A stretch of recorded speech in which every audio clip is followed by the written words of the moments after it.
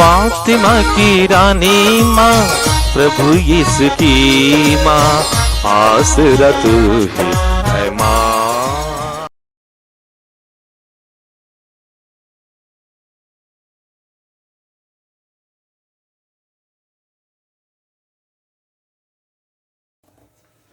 पहला पाठ, प्रेरित चरित्र, अध्याय 5, पद संख्याएं 27 से 33 तक।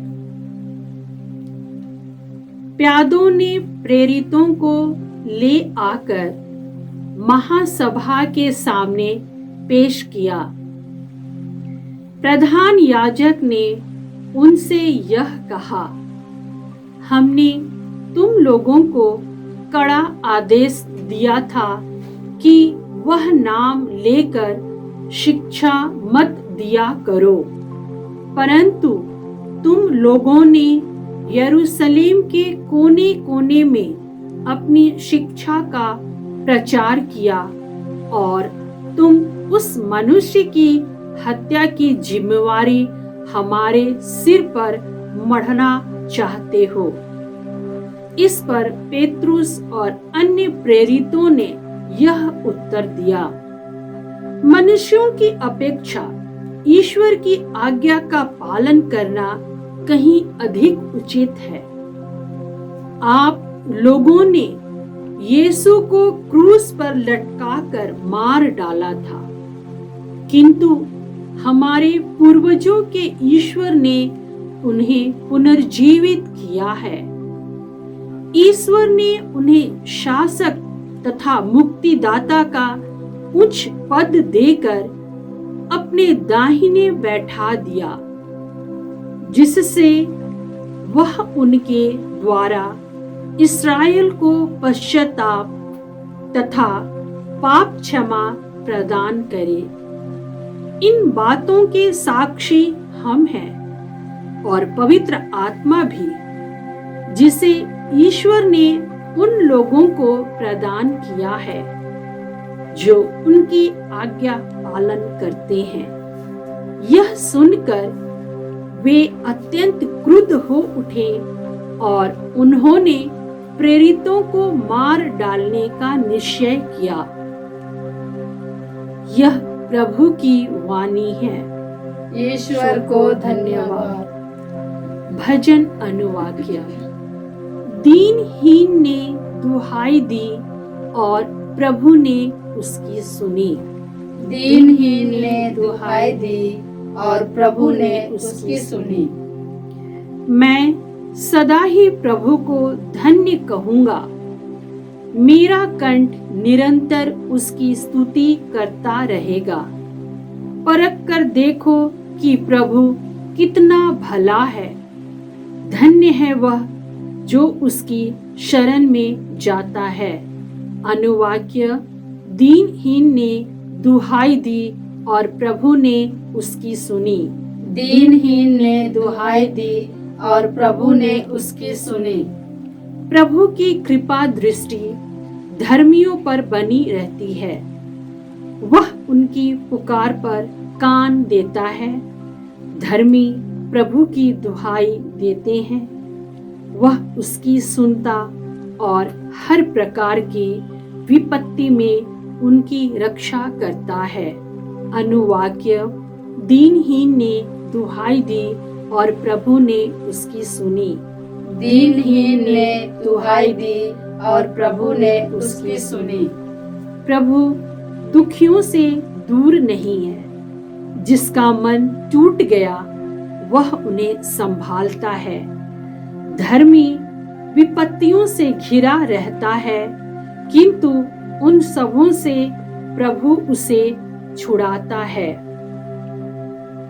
अनुवाक्य। दीनहीन ने दुहाई दी और प्रभु ने उसकी सुनी। दीनहीन ने दुहाई दी और प्रभु ने उसकी सुनी। जय घोष। आलेलुया। थॉमस, क्या तुम इसलिए विश्वास करते हो कि तुमने मुझे देखा है? धन्य है वे जो बिना देखे ही विश्वास करते हैं। हालेलुया।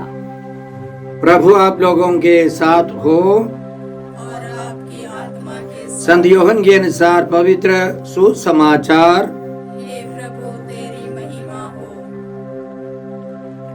अध्याय 3 संख्याई 31 से 36 तक। जो ऊपर से आता है वह सर्वोपरि है, जो पृथ्वी से आता है वह पृथ्वी का है और पृथ्वी की बातें बोलता है। जो स्वर्ग से आता है वह सर्वोपरि है। उसने जो कुछ देखा और सुना है वह उसी का साक्ष्य देता है, किंतु कोई भी उसका साक्ष्य स्वीकार नहीं करता। जो उसका साक्ष्य स्वीकार करता है वह ईश्वर की सत्यता प्रमाणित करता है।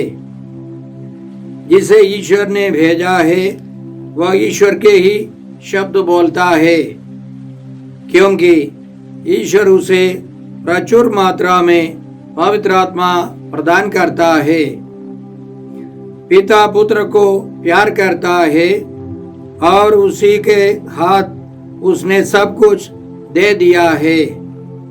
जो पुत्र में विश्वास करता है उसे अनंत जीवन प्राप्त है, परंतु जो पुत्र में विश्वास करने से इनकार करता है उसे जीवन प्राप्त नहीं होगा। ईश्वर का क्रोध उस पर बना रहेगा। प्रभु का सुसमाचार। हे क्रिस्त तेरी स्तुति हो। जय यीशु क्रिस्त में प्रिय भाई और बहनों, आज का पहला पाठ प्रेरित चरित्र से है। अध्याय 5 संख्याई 27 से 33 तक। इसमें हमने सुना कि मंदिर के प्यादों ने प्रेरितों को महासभा के सामने पेश किया और प्रधान याजक ने उनसे सवाल किया। उन सबों को प्रेरितों को बताया, हमने तुम लोगों को कड़ा आदेश दिया था कि वह नाम लेकर शिक्षा मत दिया करो, परंतु तुम लोगों ने यरूशलेम के कोने कोने में अपनी शिक्षा का प्रचार किया है और उस मनुष्य के रक्त की जिम्मेवारी हमारे सिर पर मढ़ना चाहते हो। इसके पहले हम लोग पढ़ते हैं अध्याय 5 और संख्याई 12 से कि प्रभु यीशु ने अपने प्रेरितों के द्वारा महान चिन्ह और चमत्कार किए हैं, करते रहे और बहुत सारे लोग प्रभु यीशु में विश्वास कर बपतिस्मा ग्रहण करते थे। यह देखकर सदूकी संप्रदाय के लोग, पुरोहित वर्ग ईर्ष्या से जलने लगे। उन्होंने पेत्रुस और अन्य प्रेरितों को जेल में डालवा दिया, लेकिन रात को एक स्वर्गदूत ने उन सबों को रिहा कर दिया और यह बताया, जाइए और निडर होकर मंदिर में जनता को इस नवजीवन की पूरी पूरी शिक्षा सुनाइए। इसलिए वे लोग बाहर जाकर मंदिर में शिक्षा देने लगे। जब पुरोहितों ने प्यादों को भेजा ताकि वे प्रेरितों को उनके पास लाए, तो उन्होंने देखा कि जेल का दरवाजा बिल्कुल बंद था, लेकिन उसमें कोई नहीं था। प्रेरित उस कोठरी में नहीं थे। तो किसी ने आकर उनको समझाया कि जिनको आप लोगों ने जेल में डाल दिया है वे सब मंदिर में प्रवचन दे रहे हैं। यह सुनकर मंदिर के नायक और प्यादे जाकर उनको प्रेरितों को लेके आए और उस संदर्भ में हमने आज का पाठ सुना है। तो पेत्रुस ने पवित्र आत्मा से भरकर यह जवाब दिया, मनुष्यों की अपेक्षा ईश्वर की आज्ञा का पालन करना कहीं अधिक उचित है। पेत्रुस के कहने का मतलब था कि ईश्वर की आज्ञाओं का पालन करना है, यह ईश्वर की दृष्टि में सबसे अच्छा है। प्रभु यीशु ने जो आज्ञाएं दी है उनके अनुसार हमें जीना है। इस दुनिया से स्वर्ग जाने के पहले प्रभु यीशु ने यह आदेश दिया था, संसार के कोने कोने में जाकर सारी सृष्टि को सुसमाचार सुनाओ। प्रभु ने यह भी वादा किया था, पवित्र आत्मा तुम लोगों पर उतरेगा और वह तुम्हें सामर्थ्य प्रदान करेगा और तुम लोग यरूशलेम, यहूदिया और समारिया में और पृथ्वी के अंतिम छोर तक मेरे साक्षी होगे। इन आज्ञाओं का पालन करना प्रेरितों के लिए अनिवार्य था। ऐसा नहीं है, हर एक यहूदी को मालूम था कि प्रज्ञा ग्रंथ अध्याय 6 में प्रभु ने जो कहा था वह इस प्रकार है। अधिकारियों को भी ईश्वर की बात माननी है। प्रज्ञा ग्रंथ अध्याय 6 पद संख्या 1 से हम लोग इस प्रकार पढ़ते हैं, राजा वो सुनो और समझो, पृथ्वी भर के शासकों शिक्षा ग्रहण करो। तुम जो बहुसंख्यक लोगों पर अधिकार जताते हो और बहुत से राष्ट्रों का शासन करने पर गर्व करते हो, मेरी बातों पर कान दो। अधिकारियों को भी ईश्वर को सुनना है, ईश्वर के प्रति ईमानदार रहना है, ईश्वर की वाणी सुननी है।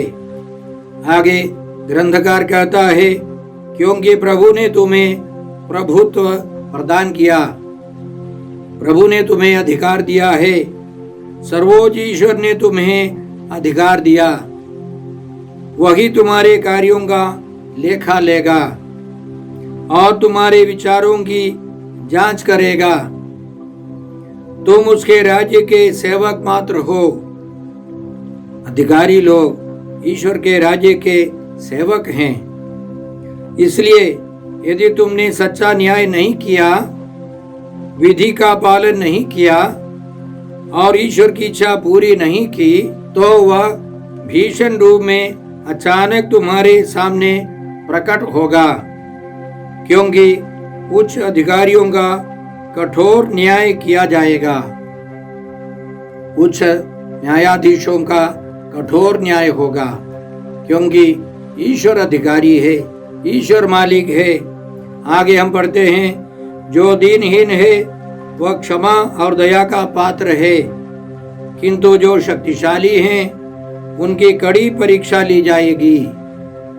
सर्वेश्वर पक्षपात नहीं करता और बड़ों के सामने नहीं झुकता, क्योंकि उसी ने छोटे और बड़े दोनों को बनाया और वह सबका समान ध्यान रखता है, किंतु शक्तिशालियों की कठोर परीक्षा ली जाएगी। इसलिए हमें अधिकारियों की आज्ञा माननी है, लेकिन ईश्वर के नियमों के विरुद्ध जो आदेश मिलेगा उनका पालन नहीं करे। और भरसक हमें प्रयास करना है कि हमारे देश में, हमारे समाज में ईश्वर की इच्छा के अनुसार, प्रभु यीशु के आदेशों के अनुसार न्याय की व्यवस्था होनी चाहिए। तब हमारा समाज बढ़ता जाएगा, विकसित होता जाएगा। इसलिए हम समझते हैं, संसार में जहाँ मिशनरी लोग गए, अन्याय अत्याचार दूर करने का प्रयास किया है। बहुत सारे देशों के संविधान बाइबल के आधार पर है, सुसमाचार के आधार पर है। वैसा ही होना चाहिए, ताकि लोग बराबर आजादी का अनुभव करते रहें। ईमानदारी, न्याय, सच्चाई, प्रेम, ये सब बढ़ते जाएंगे। आज के पहले पाठ का दूसरा एक विषय है कि पेतरुस ने उन सबों को सुसमाचार सुनाया। पेतरुस का कहना था, आप लोगों ने यीशु को क्रूस के काट पर लटकाकर मार डाला था, किंतु हमारे पूर्वजों के ईश्वर ने उन्हें पुनर्जीवित किया। ईश्वर ने उन्हें शासक तथा मुक्तिदाता का उच्च पद देकर अपने दाहिने बैठा दिया है, जिससे वह उनके द्वारा इस्राएल को पश्चाताप और पाप क्षमा प्रदान करे। इन बातों के साक्षी हम हैं और पवित्र आत्मा भी, जिसे ईश्वर ने उन लोगों को प्रदान किया है जो उसकी आज्ञा का पालन करते हैं। मौके का फायदा उठाकर संत पेतरुस ने उनको सुसमाचार सुनाया। प्रभु यीशु के दुख भोग, मृत्यु और पुनरुत्थान के बारे में समझाया। ईश्वर ने यीशु को महान बनाया है, पुनर्जीवित किया है और यीशु सबों के प्रभु हैं, न्याय करता है। क्रिस में प्रिय भाई और बहनों, हम लोग संत पेतरुस और अन्य प्रेरितों से यह सीखते हैं कि हर परिस्थिति में हमें सुसमाचार सुनाना है। हमें डरने की आवश्यकता नहीं है। हमेशा सुसमाचार की घोषणा के लिए तत्पर रहना है। इसलिए संत पौलुस तिमोथी के नाम दूसरे पत्र अध्याय 4 में इस प्रकार कहते हैं, सुसमाचार सुनाओ, समय असमय लोगों से आग्रह करते रहो, बड़े धैर्य से तथा शिक्षा देने के उद्देश्य से लोगों को समझाओ, डांटो और ढारस बंधाओ। आगे उनका कहना है, तुम सब बातों में संतुलित बने रहो, धैर्य से कष्ट सहो, सुसमाचार के प्रचार में लगे रहो और अपनी सेवा कार्य के सब कर्तव्य पूरे करते जाओ। हमें हर परिस्थिति का फायदा उठाकर प्रभु यीशु का प्रचार करना है। प्रभु यीशु को सभी लोग प्रभु और मुक्तिदाता माने, तभी एक चरवाहा एक झुंड होगा। इसके लिए हम कृपा मांगते हैं। आज के सुसमाचार में हमने जो वचन सुने, यह सब संत यूहन्ना बपतिस्ता के मुंह से निकले हैं। उनका कहना है कि जो ऊपर से आता है वह सर्वोपरि है, जो पृथ्वी से आता है वह पृथ्वी का है। संत यूहन्ना की प्रेरिताई पृथ्वी की है और उसमें सीमाएं हैं, वह परिपूर्ण नहीं है। प्रभु यीशु स्वर्ग से आए हैं, उनके प्रेरिताई परिपूर्ण है, सर्वोपरि है। हम जानते हैं कि यीशु आने तक पुराना व्यवस्थान था। नया नियम, नया व्यवस्थान करने के लिए यीशु आए हैं।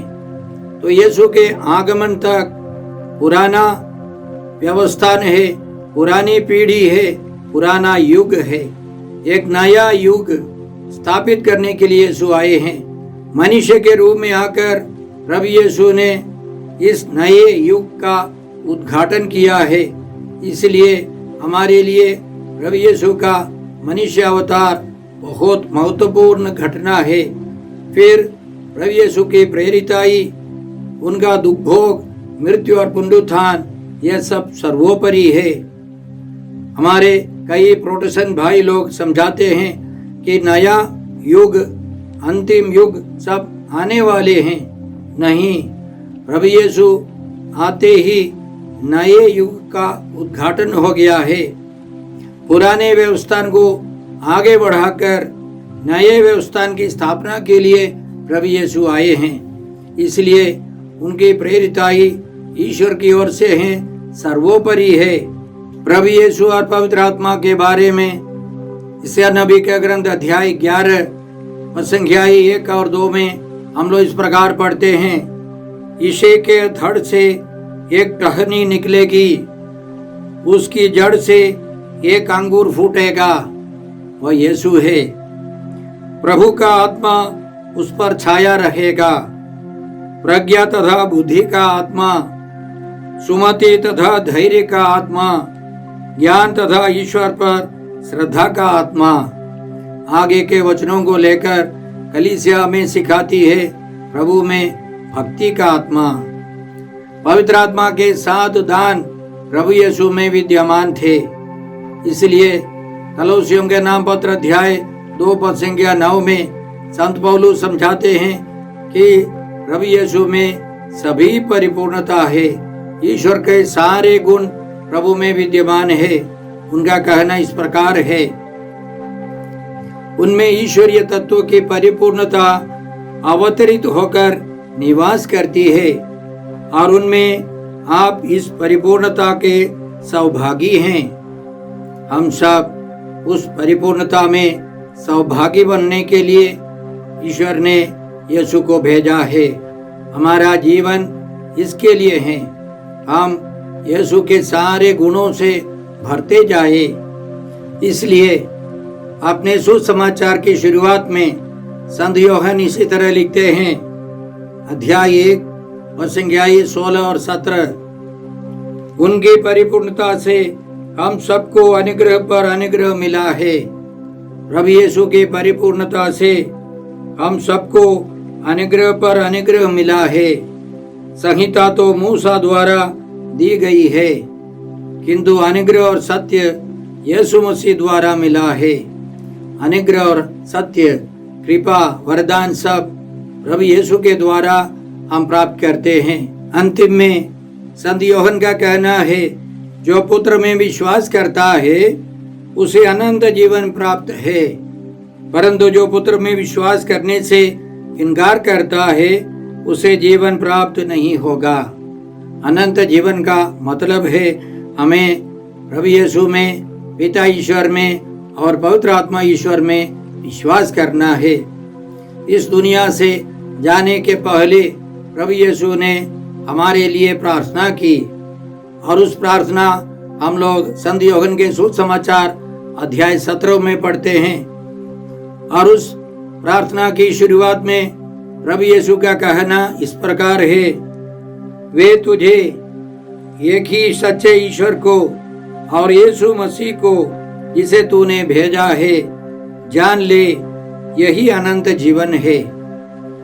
प्रभु यीशु को, पिता ईश्वर को और पवित्र आत्मा को जानना, उनसे रिश्ता रखना, उनसे संपर्क रखना, यही अनंत जीवन है।